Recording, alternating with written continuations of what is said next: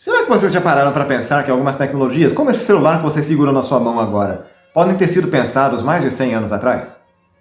Pois é, a literatura fez algumas profecias bastante interessantes nesse sentido, e eu quero conversar com vocês um pouquinho a respeito disso.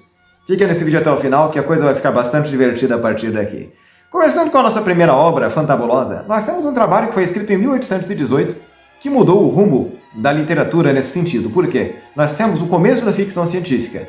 É lógico que eu falo aqui com Frankenstein, né, que dá origem a esse tipo de coisa. Nós temos essa criatura, esse monstro, que tem parte de homem, parte de mulher, parte de animais e parte de máquina. Meio confuso, na verdade. Mas por que esse livro é muito importante? Dê uma olhada nessa imagem agora. Esse livro começa com aquele pensamento da eletricidade também sendo usada para você trazer à vida uma criatura ali que foi criada. Agora, se nós formos parar para pensar um pouquinho, não existe uma certa semelhança com essa tecnologia com que nós temos no desfibrilador hoje em dia, na medicina moderna? Percebem o que eu quero dizer? Eu não vou dizer que existe uma influência direta aqui dessa maneira, mas nós temos uma semelhança bastante peculiar. A eletricidade sendo usada para trazer de volta alguma coisa à vida já foi pensada naquele tempo. Lógico que era consequência desse pensamento do galvanismo e daquelas coisas que influenciaram a Mary Shelley na sua escrita, mas ainda assim, bastante interessante pensar por esse lado, não é? Agora avançamos um pouquinho no futuro e vamos pensar no ano de 1889. Nesse livro, um dos grandes gênios da literatura, um homem chamado Jules Verne, escreveu um livro chamado No Ano de 2889. Por que esse material é interessante? Bom, vamos lá. A primeira coisa que eu me deparei quando fiz essas leituras da ficção científica foi quando eu vi esse espelho na parede, esse artefato tecnológico meio steampunk da vida, que era usado para se comunicar com uma pessoa do outro lado do mundo em tempo real. Pois é, em 1889, esse abestado pensava em alguma coisa, né, que seria o nosso Zoom hoje em dia, ou as nossas chamadas pelo WhatsApp. Vocês percebem que coisa louca isso?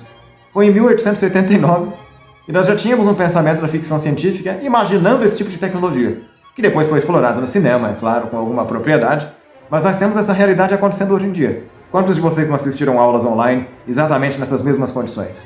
Eu achei isso particularmente divertido. Se nós avançamos um pouquinho mais no futuro agora, observando algumas obras que foram produzidas, nós temos também um livro chamado Olhando para Trás, Looking Backwards. Esse livro é muito importante porque ele foi escrito também em 1889 e, na realidade, em 1888, e nós temos um pensamento muito interessante aqui. Porque nós temos uma utopia econômica e as pessoas lidavam com o dinheiro de uma maneira um pouco diferente naquela época. Esse livro imagina um futuro em que as pessoas vão usar alguns pequenos cartões com algumas entradinhas aí para poder acumular capital, ao invés de ficar usando dinheiro de maneira direta, né? Então, como eram cartões que continham um pouco de dinheiro, eles falaram que eram cartões de crédito. Não é brincadeira, esse é o nome que esses cartões receberam nesse livro. E são usados hoje em dia. Depois dos anos 2000, se eu não me engano, esses cartões se tornaram cada vez mais e mais populares. E nós continuamos usando hoje em dia como parte da nossa vida. Mas em um livro de 1888, isso daí aparece pela primeira vez enquanto uma tecnologia futurística. Peculiar, não é verdade? As profecias se concretizam. E se nós avançamos um pouquinho mais no futuro? Bom, é lógico que eu não poderia deixar de pensar aqui, né, no século XX já, na Thea van Harbol, uma das minhas autoras favoritas da ficção científica. Nós temos um livro de 1925 e nós temos um filme de 1927. Mas é um material importante porque eles imaginam essa questão da automação urbana e dessa mulher-máquina e que vai ser usada para poder conversar com aquelas pessoas nas partes profundas da cidade. Então nós temos alguns androides surgindo lá naquela antiguidade e nós temos também essas cidades inteligentes que aparecem. Esse livro é muito interessante porque trata de questões que seriam abordadas com alguma profundidade mesmo nos dias de hoje. E agora, se nós vamos observar com algum cuidado, nós temos alguns robôs produzido pela Tesla, entre outros lugares, não é, que já vão ser comercializados daqui a pouquinho. Essa realidade dos robôs domésticos está muito mais próxima do que algumas pessoas imaginam. E quando nós falamos sobre essas cidades automatizadas, bom, o futuro está aí, são coisas que estão se concretizando devagarinho, vamos pensar dessa maneira. Avançando um pouquinho mais para o futuro, nós temos aí a saga da Fundação. Esse livro foi escrito em 1942 e teve algumas sequências aí que foram muito interessantes, mas entre elas nós trouxemos uma coisa, a Enciclopédia Galáctica, que isso é uma invenção bastante importante naquele livro, porque nós tínhamos conhecimentos compilados para que a humanidade não encontrasse um colapso no futuro.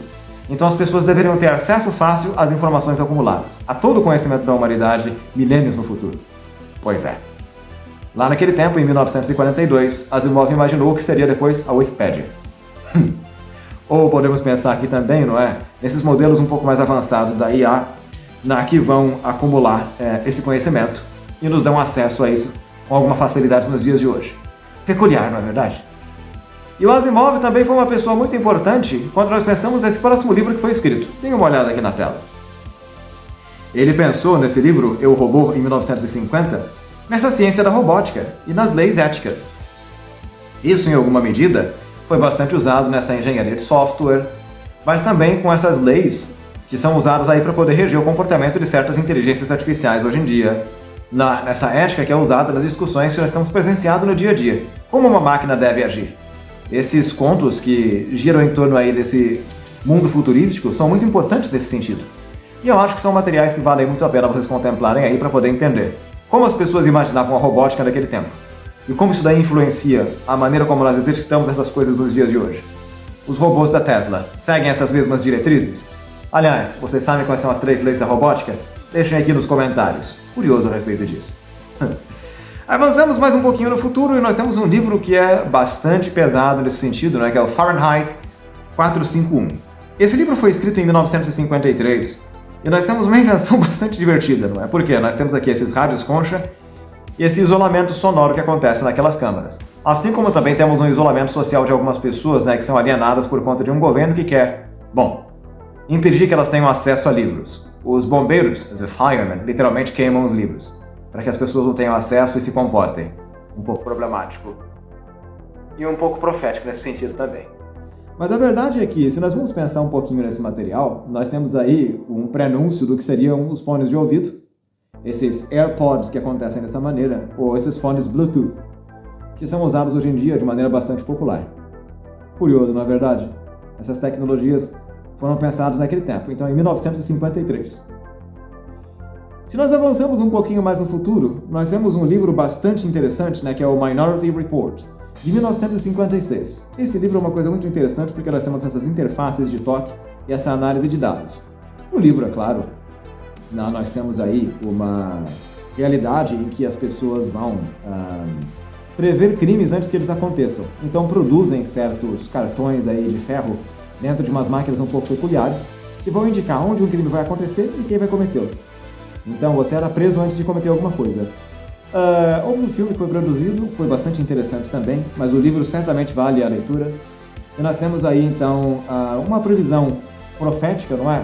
Da Big Data e dessas telas de touch. Porque hoje nós temos a polícia investigando algumas pessoas, investigando alguns crimes que acontecem, não é? Estatisticamente falando. A inteligência artificial consegue literalmente prever alguns crimes antes que eles aconteçam, porque nós temos uma certa reincidência estatística em determinados pontos. E essas telas, como alguns de vocês certamente devem estar fazendo aqui hoje em dia, tocando para pausar ou pedir para que esse vídeo continue, já foi pensado lá naquele período. Isso é uma coisa muito interessante, não é? Em 1956. Já pensando aqui em 1965, nós temos Duna, esse trabalho bastante interessante, né? Porque vai prever algumas tecnologias bastante peculiares. Vamos pensar aqui nesses ornitópteros e nessa ecologia tecnológica. A bem, na verdade, nós tínhamos esses ornitópteros, né, então, quanto a algumas pequenas câmeras que voavam e investigavam aqueles desertos enormes naquele planeta Arrakis, não é verdade? Mas quando nós pensamos nessa tecnologia de hoje, nós temos alguns drones com hélices, claro, são tecnologias presentes, reais dos dias de hoje. No entanto, nós temos também alguns drones que estão sendo pensados com algumas asas, como as libélulas, justamente para ter uma melhor mobilidade no ar, imitando a vida, imitando esses insetos, não é? Se eu não me engano, é a biomimese, a imitação da vida. Assim como nós temos também alguns trajes dos astronautas que vão reciclar algumas coisinhas, vão reter a umidade e vão reciclar algumas coisinhas sendo impermeáveis. Como esses trajes, né, que reciclavam a água no deserto de Arrakis, que esses personagens usavam no livro da mesma forma. Vocês percebem que, muito embora nós não possamos dizer com alguma propriedade aqui, né, que a literatura inventou e fez com que essas coisas se tornassem reais, é curioso pensar que existe uma relação por aqui, não é verdade? O tempo passa, mas essas profecias da literatura de alguma forma se concretizaram. Será que vocês gostaram dessas novidades? Quais tipos de tecnologia fictícias que eu deixei passar por aqui? Deixa nos comentários e nós nos vemos na próxima.